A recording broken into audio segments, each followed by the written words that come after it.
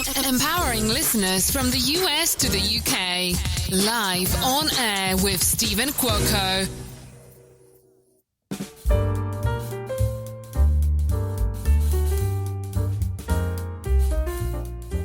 We are going to be talking about strength in partnership. It's going to be all about fostering collaboration between men and women in business and personal lives.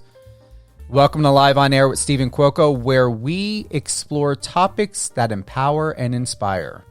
Today, we're going to delve into the dynamics of collaboration between men and women in both business and personal spheres.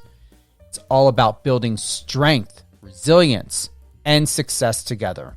I'm your host, Stephen Cuoco, and thank you for joining me, whether it be on Power 98.5 Satellite Radio, power985.com, or Biz Talk Radio on biztv.com. Got any questions? You'd like to be a guest? Send me an email at unitedangelsdream@gmail.com. All things Stephen Cuoco. Head on over to my public relations page, StephenCuoco.com, StephenCuoco.com. I'm Power 98.5 Satellite Radio, power985.com. And the latest and greatest in business and more, Biz Talk Radio, Biz TV, biztv.com. Ooh, we're going to have a good one today. I'm loving this. Why? It's going to be inspiring. We're going to be talking about collaboration, what it means with men and women, relationships, partnerships. What does that look like? What does that feel like? What are people doing? What's happening in your life that's creating a legacy? It's something that's going to be memorable because you're creating those great partnerships with people in your life and the opposite sex. And it's important because a lot of things are changing right now when we think about the opposite sex, what's happening in the government, what's happening in the world. Actresses, I believe it was a interview. Oh, what was it? A while back? When did I see that little clip? It was on TikTok. And by the way, TikTok's a great app. I would say Instagram is the new IMDb for actors. And it's a place that works well for musicians because a lot of casting directors and producers from major networks, ABC, NBC, Bravo, what else? Discovery Channel, they all use Instagram. Casting directors and producers, they're all using Instagram. I have clients that have gotten book jobs through Instagram. I've been cast by people or casting directors sending me DMs on Instagram. TikTok, yeah. I would say it's an exceptional tool. It's getting oversaturated with the infomercials, and the latest I see nonstop is this oil pulling with your teeth, for your teeth on there. But overall, there's decent content. So it's not just for Gen Z. There's a way to find your own niche, and honestly, it works a lot better than Instagram. It still has the politics. You know, social media is social media. It's there for these companies for advertising dollars. It's all about money. It's money first, not people first. We're not going to lie. That's what social media is about. It's about money. It's not about people. If it was, everyone would get paid for the time that they put into building their profile, for helping out the algorithm, you know, if it was for the people. But it is the power of collaboration and what we do and what that means. Collaboration between men and women brings diverse perspectives and skills to the table. By working together, we can achieve more, both in business and personal endeavors. It's about recognizing the unique strengths each gender brings and leveraging those strengths to create a dynamic and effective partnership. What does that mean? What does your partnership look like with the opposite sex right now? What is your position? How do you feel? Are you appreciated? Are you cared for? Are you heard? Are you being listened to? It goes back to an interview, and I believe I started sharing this earlier, and now I'm getting back to it, is interview that Sharon Stone had done. It was published or posted or shared on TikTok. And she brought up how she made, for Basic Instinct, $500,000. And her co-host, who's a male, got paid $14 million, Michael Douglas. She got paid $500,000. He got paid $14 million. She had said most recently a new project could come up. She was offered, again, $500,000. Co-host, who's a male, several million. And from what she claimed, the guy ended up getting fired anyway. But that's the thing. Why do women get paid and treated so less than a man? Who made that rule and who came up with that? I thought we're all equals, aren't we? It's interesting that still to this day, there's a power struggle about what it means to be a woman and what it means to be a man. And if you are a dad who's got a daughter, do you want your daughter to be treated like that? What is the relationship you have with your children? What is the relationship you have as a parent with the opposite sex that's your child? A mother with the son, a father who has a daughter. What is that? What is that about? How is that relationship? And how are you cultivating it? We understand that support is crucial in any partnership. In business, it means uplifting each other's ideas and contributions. Personally, it's about being there during challenging times and celebrating successes together. We have men and women, male and female, for a reason. There's no mistake in that. Cherish both. Because without both, you're not going to be able to have kids. You know, you're not going to be able to have children. Men can't have babies yet. So value the woman. Respect the female. Respect why she is here, why God created her. And let's not forget resilience. The ability to bounce back from setbacks is strengthened when men and women support each other through life's challenges. This is fact, fact, fact. We all have an important role in this world. Please do not allow anyone to dismiss you and disrespect you. It's not fair. It's not right. You're there for a reason. You are here for a reason. You have a purpose. Whether it's planting a garden, starting a new business, creating an ebook, finding errors with problems and correcting it, no different than what people do. You know, life is like that with coding and how they're always doing updates, finding ways to improve. Sometimes you don't need to improve certain things. We don't always need our iPhones or Androids updated. They work just fine. Leave them alone. However, you can accentuate and create enhancements. You don't always need to do an upgrade, but you can enhance. Sometimes enhancements are trimming things down, going through your closet. Get rid of clothes you know you're not going to wear. Why hold on to something when you know it's just going to be there collecting dust? And the whole what if story of, well, maybe one day I'll go ahead and I'll think about, no, I just packed up a whole garbage bag worth full of clothes that are going to the bin for the military.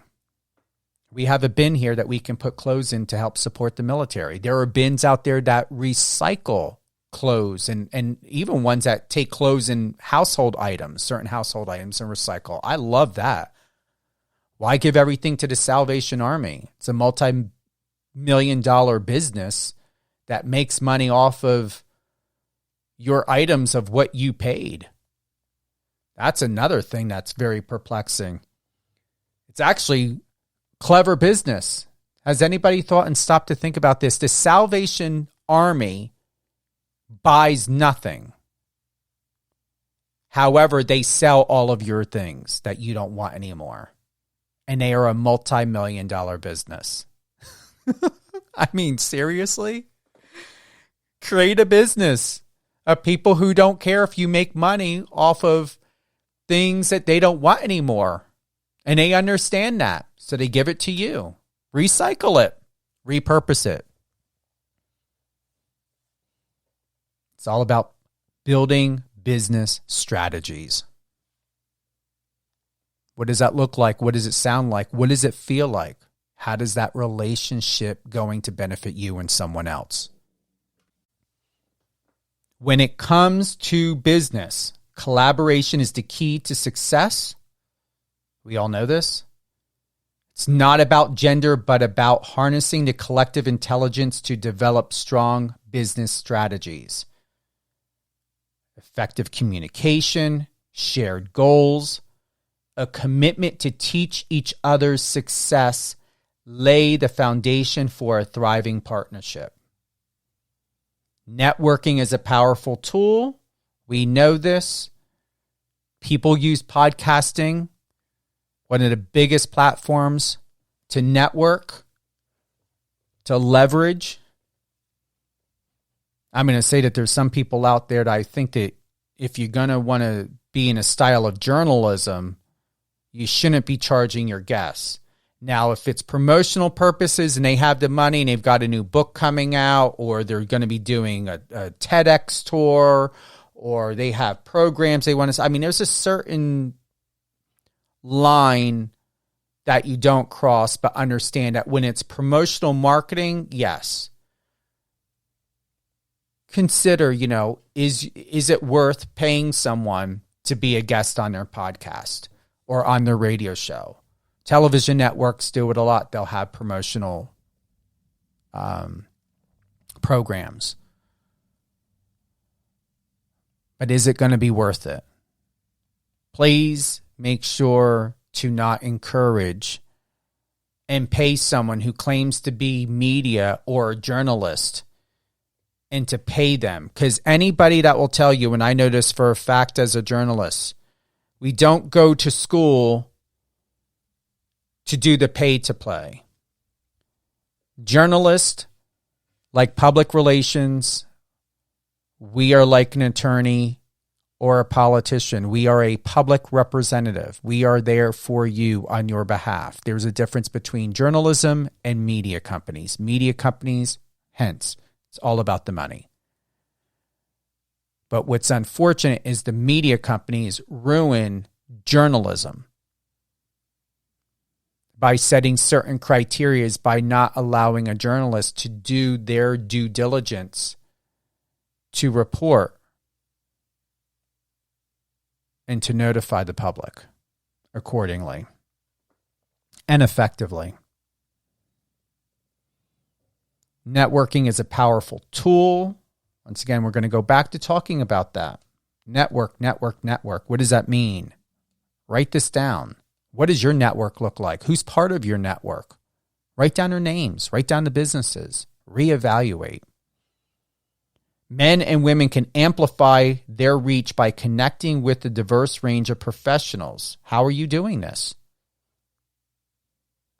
The diversity enriches the business ecosystem and opens doors to new opportunities. And partnerships, whether in business ventures or personal projects, can lead to innovative solutions and increase financial success. It's a win-win scenario. M&M's, meeting of the minds. A supportive partnership between men and women at the helm of a business positively influences the company culture. What is the culture? What is your company culture? Write it down. What is the company culture that you're investing in? Where you buy your coffee, where you buy your food, where you buy your electronics. what brands you support, what you highlight online in your courses, in business, when you're on a stage speaking, inspiring. What are you advocating? Who are you advocating? When you brag about your iPhone, your iPad, your Android, your Samsung 100-inch TV, whatever it is, you are sharing tens of thousands to hundreds of thousands to however many times you do it, to millions of dollars worth of free promotional advertising by going online and highlighting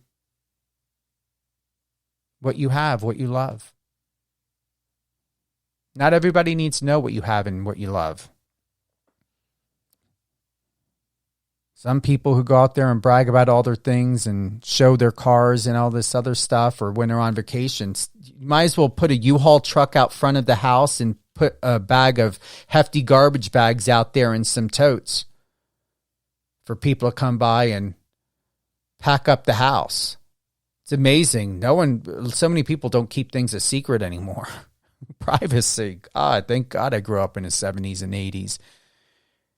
We understood privacy. Thank God we did not have this technology back then. The hell that we all grew up in back in the 70s and 80s and early 90s.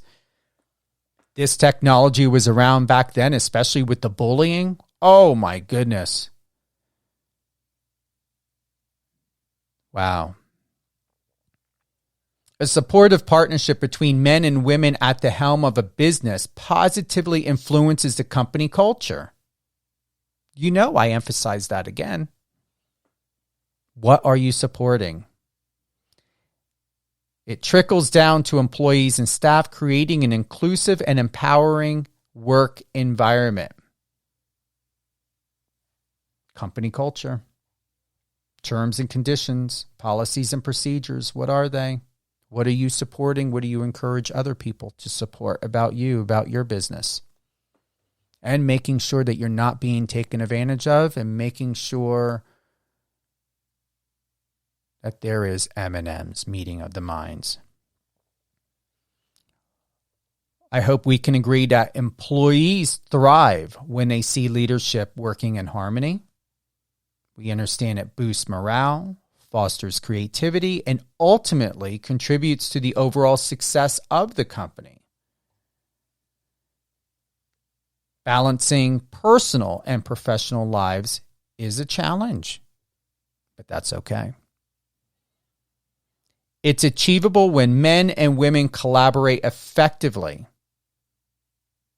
Hence, open communication and mutual respect are key. Do you feel respected? Do you feel valued by your partner in that contract, in that friendship, in the arrangement? Are you valued? Are you respected? And let's not forget that this balance extends beyond the workplace. It's about supporting each other's personal goals and aspirations while creating a holistic and fulfilling life. I believe we can all agree that we want to have a more holistic and fulfilling life.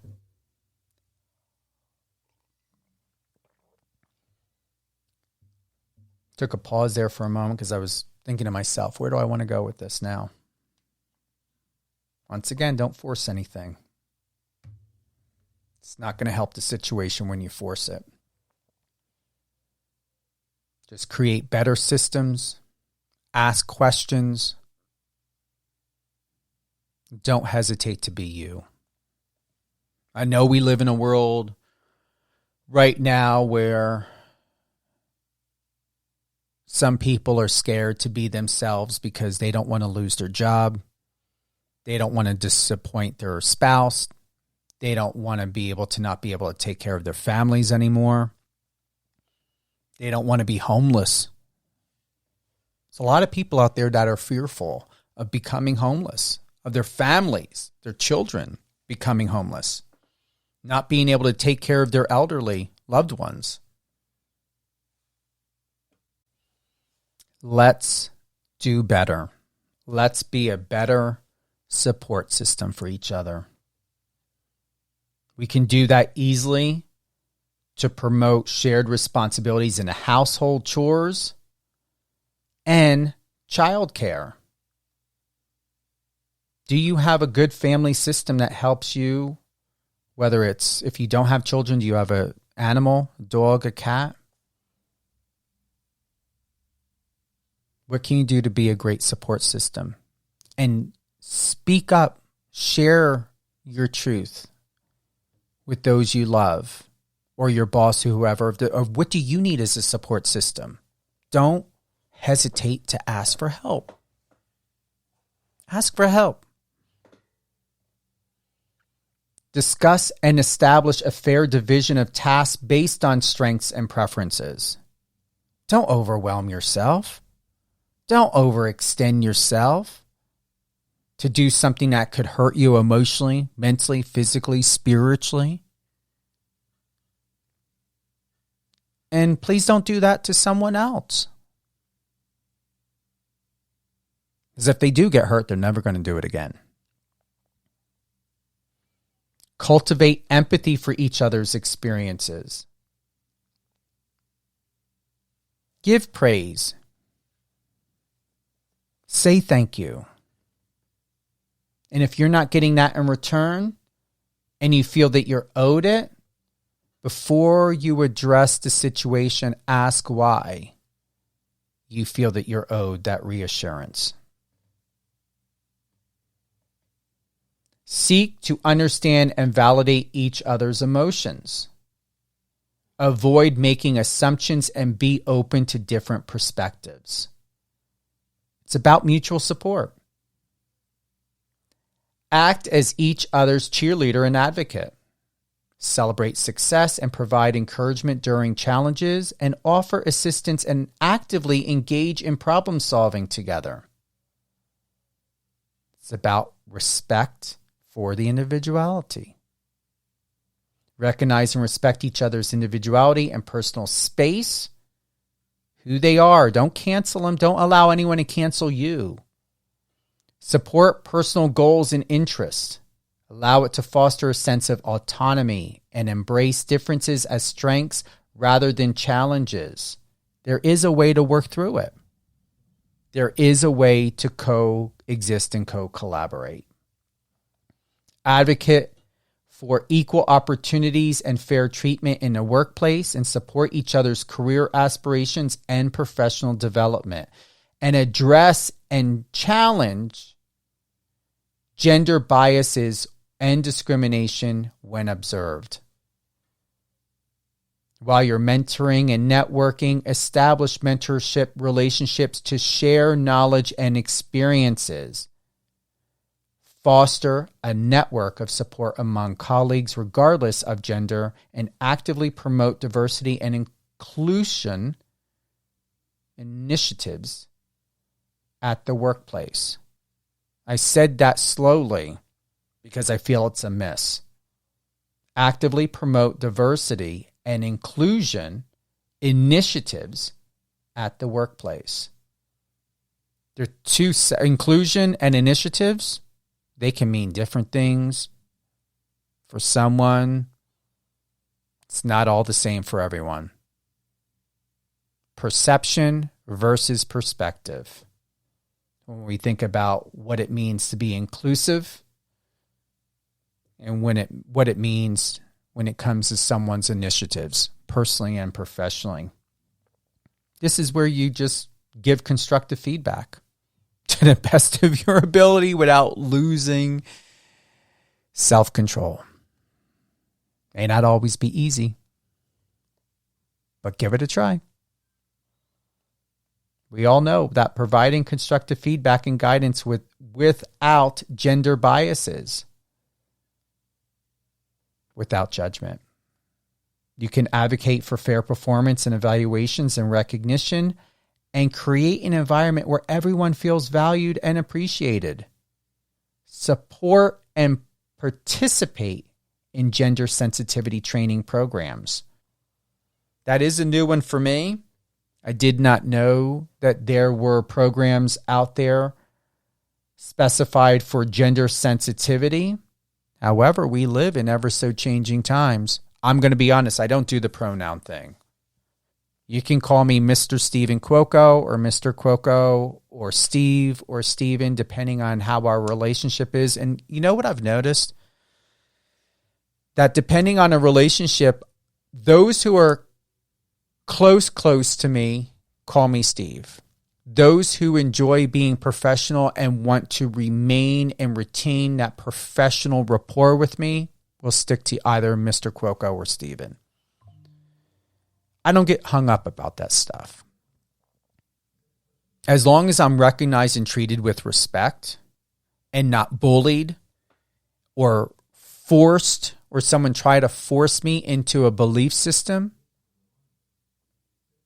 or to understand their ways, we'll be just fine. But there should not be force. There should not be manipulation. There should not be coercement. It should not be a one-lane relationship. I'm going to say that again. It should not be a one-lane relationship. By implementing these tips, we can look forward to individuals who can contribute to building a strong and supportive dynamic between men and women in both personal and professional spheres. This will enhance the quality of relationships and also foster a more inclusive, equitable lifestyle. Equitable lifestyle. There's been too much loss. How often have you sacrificed? And do you still have to? I remember that movie when The Passion of Christ came out. And I later learned that the title meant the sacrifice of Christ. The word passion meant sacrifice. When you're passionate about something,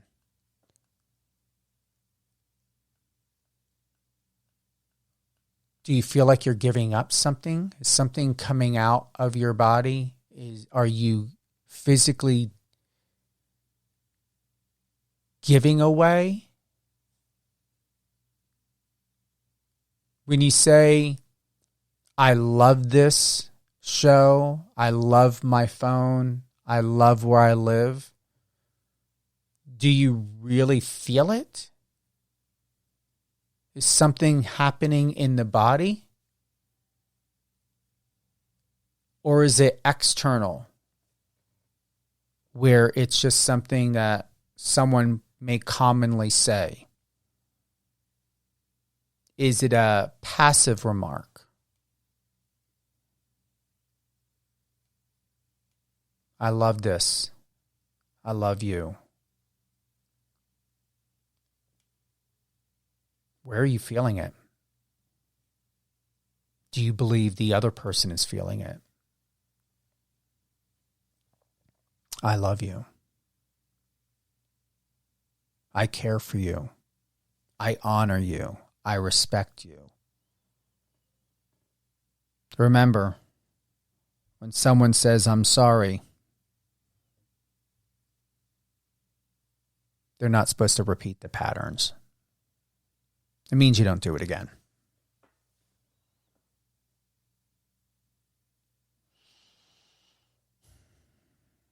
Just taking a moment, reflecting on what I'm sharing. I'm going to be having some guests on my show. I hope and look forward to those who are listening to Live on Air with Stephen Cuoco on Biz TV is going to like it. I've been interviewing professional athletes, authors, producers, directors in film, TV, reality TV. And I'm getting more into doing these sort of segments. And I like it. I enjoy interviewing. It's always great to get someone else's perspective, to hear their thoughts, to be awakened to what they perceive in their life to be truth, to be fact. You learn a lot when you sit down and have a conversation with someone. You can also learn a lot by sitting down and having an internal conversation with yourself. You can drive down a road and have a conversation and not have to worry about someone thinking you're schizophrenic because they're going to assume you're on Bluetooth. You can have a earbud in one ear. No one would know about it. It's something. I was just thinking to myself in my head, there are times I'll do that. Something will happen. Someone will cut me off on the road. And we don't want to have to deal with road rage. We don't want to have to deal with being upset. We've got to be alert, especially with driving, especially in certain areas where it rains and snows and you have a lot of transients that are not used to, they're not even good at driving on dry roads, more or less when it rains or anything. I'm here in Vegas right now and they don't know how to drive on dry roads, and it's been raining the last 3 days, and they definitely don't know how to drive on wet roads. I heard ambulance sounds last night, and I was concerned. I was like, wow, I felt like something serious had happened. And I said a prayer, several prayers. And yeah, leave that space. I like to leave a car and a half. I couldn't care less. Really don't. No one wants to have an accident. What was it? Back in 2018, I was sitting at a stoplight, broad daylight. Thank God I left space in between myself and this huge white pickup truck. I don't know if it was a Dodge or a Ford. It was huge. It looked like it was in the 90s, 1990 something. All of a sudden, this huge black Suburban, I noticed something in my rearview mirror was going way too fast with all of us sitting at the stoplight. There was nowhere for me to go. And when I least expect it, I looked up again because I was like, where can I go? I couldn't, there was a cement, a middle thing in a lane. I couldn't merge anywhere. I just could not move. And she caught herself, obviously most likely texting and driving because I did not see her head up. And then I saw that she got this shock look. As soon as she approached my car, swerved. Thank God she swerved. She hit the right corner back bumper.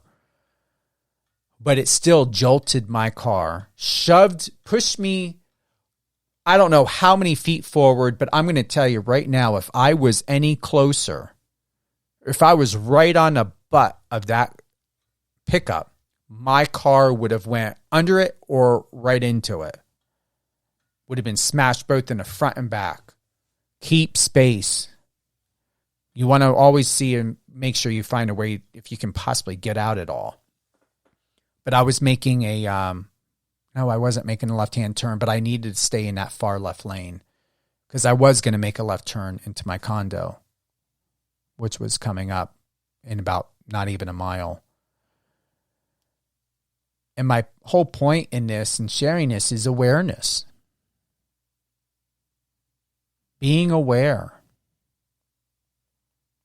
And if you have to have a conversation with yourself, even when you're in a vehicle, someone is just going to be thinking you're probably on a Bluetooth. And if you look like you're shouting or yelling, they're probably thinking, well, someone's going to be getting a spanking when they get home because kids are maybe acting up or whatever.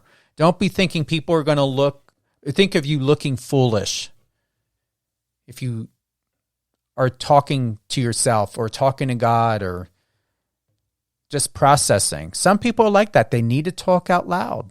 Some people are internal. They don't need to talk out loud.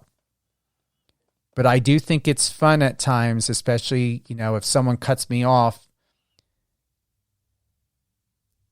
or if something happens or if I see something that seems to be silly or just shocking while I'm out driving, I have no problem having a conversation with myself in the vehicle because I know no one's going to be looking at me as a crazy.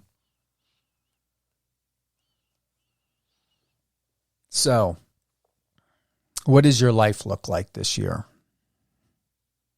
What does your business look like this year? What is it that you want to accomplish for yourself that you've never done before, and now you've got the time to do it? And if you believe you don't have the time, what do you want to do to make that time? Whether it's a move, a career change. I'm inspired with everything that's happening because I didn't realize with going to university for public relations, business management, and studying English and journalism, I did not realize that now,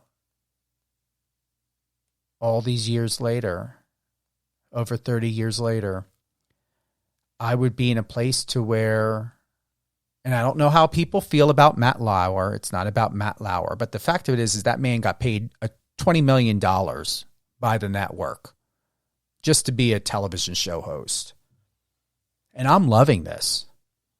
I enjoy sitting down interviewing people.